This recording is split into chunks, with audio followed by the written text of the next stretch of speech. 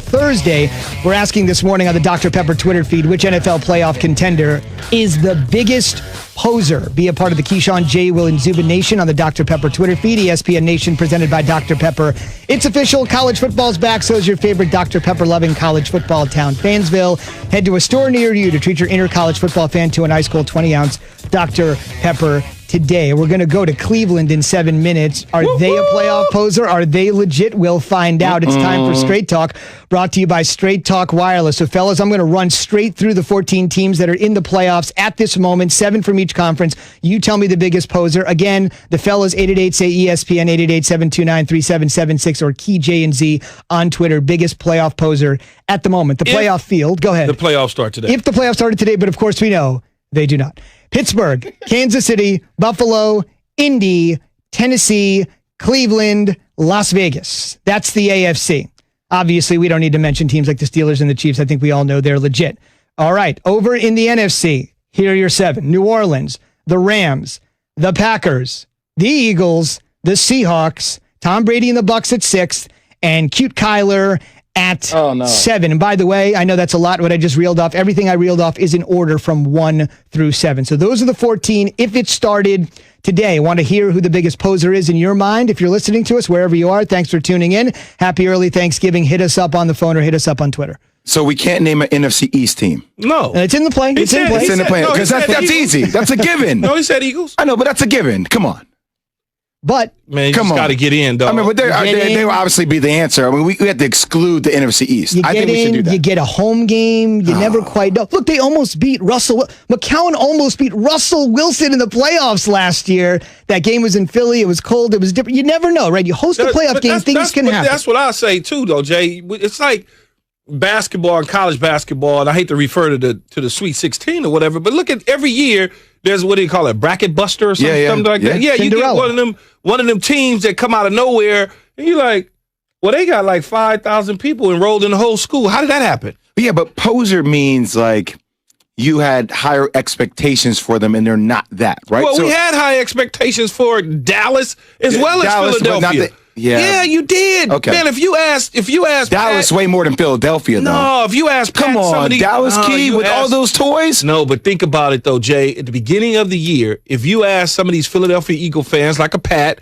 in Allen, they would tell you based on the way Carson Wentz finished last year, drafting Jalen Rigger and all that, and Deshaun Jackson coming back, and all of those sort of things, that the Eagles look like with the Cowboys the team to beat in the NFC East. Okay. And now it also depends on what your definition of poser is. Evan, our great producer, raised a point. Well, I wouldn't say great producer. Well, I'll say it. But sometimes a poser is you're not as great as your record indicates you are, right? That's like somebody pretending that they're tough, but they're not really tough, right? Yeah, that's so it's just sort of the interior version of how you're looking at it. Most likely. Wow. No, just a shot. Come on, Jeremy Roach. Come on, Jalen Johnson. Let's go this year. By the way, got it out. We could even throw it out. If the Cowboys win tomorrow, they're going to launch themselves, at least for the moment, into first place in the division, and there's undeniable talent. You could say whatever you want about how healthy the talent is, well, but the Cowboys have a lot of talent. That's what I'm saying. They have Washington at home. Mm-hmm. There will be minimum fans in attendance, which is a plus for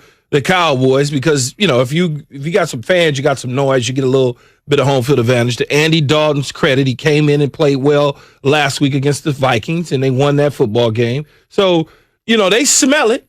Regardless of what we might think about them, they smell it. They smell the opportunity to still win the NFC East, to still say we won the NFC East in 2020.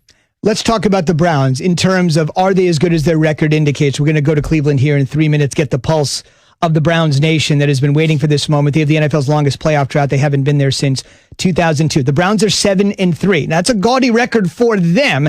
That's as good as they've been through 10 games in about 13 years. At 7-3, you could identify them as a poser because there are some people out there that will say, I'm not really sure the Browns are a 7-3 team. I'm not sure they're that explosive. They're that good. Here's what I would say about that, much like we just said about 3 minutes ago.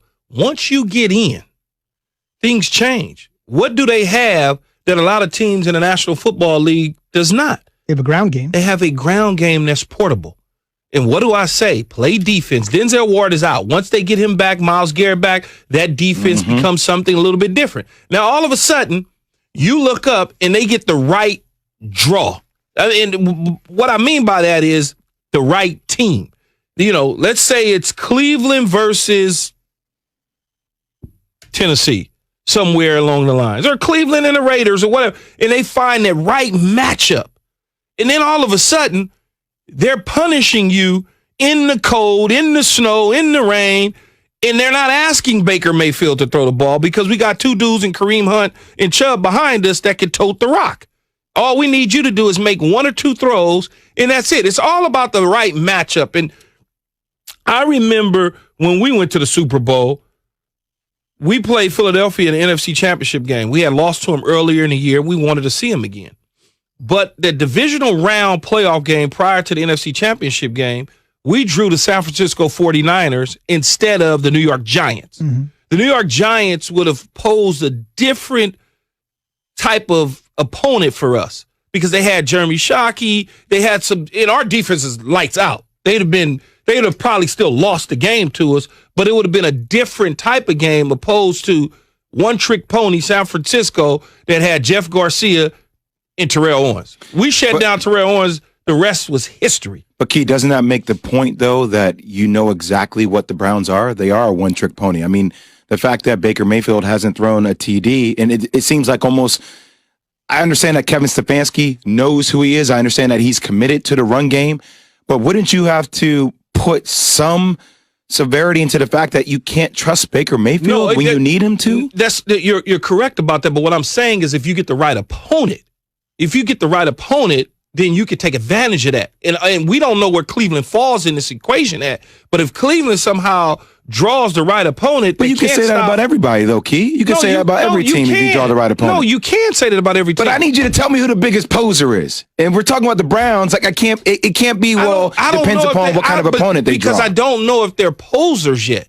I don't know that. But use Jay's rationale. If they're a one-trick pony, they're one-dimensional, and that one dimension isn't your quarterback, and your quarterback has got to make some throws in the playoffs. If you're one-dimensional, I get it. The running game, it's portable. You can use it. Bad weather. The Browns know about bad weather more than any other team here recently in the league. But if Jay's saying they're a one-dimensional team and they're 7-3, wouldn't that maybe be the definition of a poser? Well, it could be the definition of poser, but if you're talking about one game in the playoffs, and let's say, for instance, somebody they draw stops there, they get the Buffalo Bills with a top defense and they stop the run game, then they're going to be in trouble. They're going to be in trouble. If they draw the wrong team and the wrong opponent that can stop the run game, they're going to be in trouble if they depend on Baker Mayfield.